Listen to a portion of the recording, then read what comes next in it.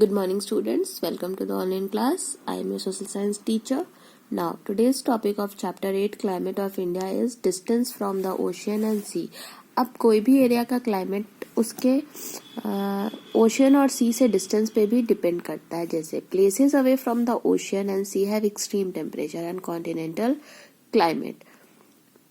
This continental type of climate is characterized by hot summers and cold winters. The effect of water bodies on the temperature of these areas is moderate. देखिए, अब जो places सी और ocean से काफी दूर में रहेगा वो प्लेसेस ठंडा होगा, एक्सट्रीम क्लाइमेट होगा वहाँ का. तो वहाँ का जो क्लाइमेट होता है वो कॉन्टिनेंटल क्लाइमेट होता है, यानी कि हॉट गर्मी में बहुत ज्यादा गर्मी और ठंड में बहुत ज्यादा ठंड. ठीक है. नाउ अब बात करते हैं coastal area and places near the sea. अब वैसे प्लेसेस और कोस्टल एरिया जो सी के एकदम आसपास है तो उस पे क्या प्रभाव पड़ता है. On the other hand the coastal area have a more equable climate with much less difference between summer and winter temperature. The ocean act as a storehouse of moisture for the wind that blow from sea towards the land. The high lying region in the mountain have low temperature than the plains. In the mountainous region climate is determined mainly by the latitude. अब देखिए, यहाँ का जो temperature होता है एकदम equal climate होता है, ना ही ज्यादा डिफरेंस होता है समर और विंटर में, ऑलमोस्ट सेम होता है. तो ओशियन एक स्टोर हाउस की तरह काम करता है, मॉइस्चर स्टोर करता है, और वो फिर आप देखेंगे कि जो हाई रीजन में एरियाज होते हैं वहाँ का टेम्परेचर लो होता है प्लेन्स के मुकाबले. तो इस वजह से वो डिपेंड करता है उसके ऑल्टीट्यूड पे, ऊंचाई पे. अब बात करते हैं हम विंड्स की.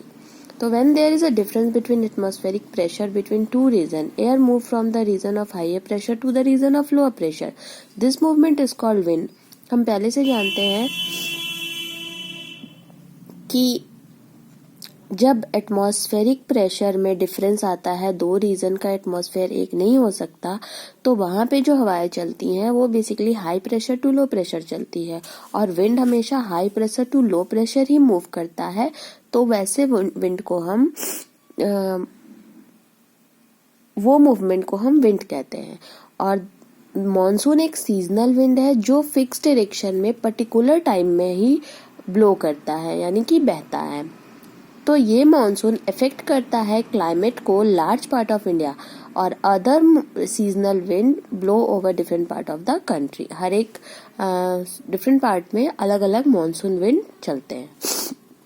अब है वेस्टर्न डिस्टर्बेंस. तो the cold weather is generally characterised by clear sky, low temperature, low humidity and light and cool wind. These condition are disturbed by cyclone come from the Mediterranean Sea, and these cyclonic wind are known as western disturbance. अब क्या होता है, जब weather एकदम अच्छा हो, climate ठंडा हो और लो ह्यूमिडिटी हो, टेम्परेचर लो हो, तो कुछ कंडीशंस है जो उसको डिस्टर्ब करते हैं. यानी कि वैसे साइक्लोन्स जो मेडिटेरियन सी के तरफ से आते हैं, साइक्लोनिक विंड, तो वैसे साइक्लोनिक विंड को जो डिस्टर्बेंस क्रिएट करते हैं उसको हम वेस्टर्न डिस्टर्बेंस कहते हैं.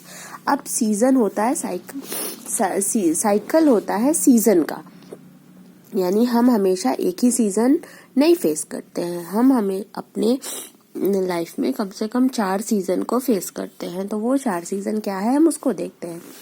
Basically temperature, pressure condition, prevailing wind and the amount and disturbance of rainfall cause the seasonal change in India. Besides, there are some local wind that influence the climate of area in which these prevail. तो ये सारे reasons है जो season को change करने में help करते हैं, स्पेशली इंडिया में.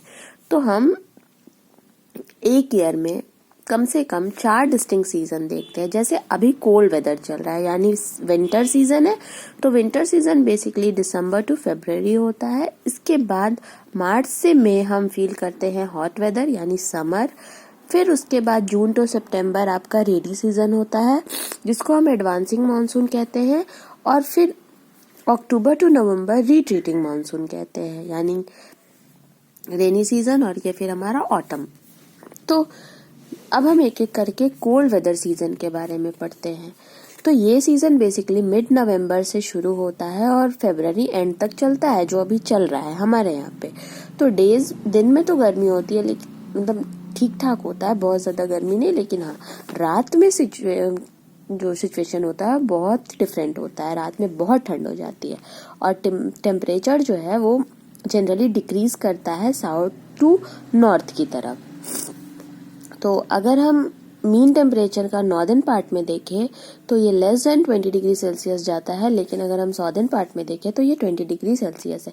यानी अभी हम जो वेदर फील कर रहे हैं या फेस कर रहे हैं, तो साउथ में आपको 20 डिग्री मिलेगा, लेकिन जैसे ही हम नॉर्थ की तरफ जाएंगे तो टेम्परेचर एकदम घटने लगता है।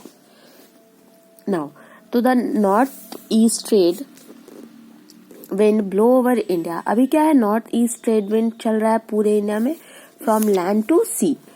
तो अब क्या है, विंटर सीजन में ड्राइनेस होता है, हवाओं में एकदम ड्राई होता है, और these winds are called north east monsoon और winter monsoon.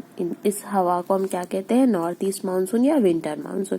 However, while passing over the Bay of Bengal, these winds pick up enough moisture and provide heavy rainfall in coastal areas of Tamil Nadu, Coromandel coast। अब क्या है, जब ये हवाएं बे of Bengal से होते हुए गुजरती है तो वहां पानी से इस हवा में मॉइस्चर आ जाता है, और ये अभी तमिलनाडु के आसपास कोस्टल एरिया में बहुत बारिश लेके आता है। तो अभी कोल्ड वेदर सीजन में क्या होता है, स्काईज क्लियर होते हैं, टेम्परेचर लो होता है, ह्यूमिडिटी लो होता है, और लाइट और कोल्ड विंड होते हैं। लेकिन these condition mostly prevail in north India where the western disturbance affect the climate. लेकिन अब क्या होगा कि वेस्टर्न डिस्टर्बेंस क्लाइमेट को अफेक्ट कर देता है, तो इस वजह से हिमालयन रेंज में स्नोफॉल होने लगेंगे और रेनफॉल आपका प्लेन्स वाले एरियाज में होने लगेंगे, और ये फिर सीवियर कोल्ड लेके आता है। तो नेक्स्ट है आपका हॉट वेदर सीजन, जिसको हम हमारे नेक्स्ट क्लास में डिस्कस करेंगे। Thank you students.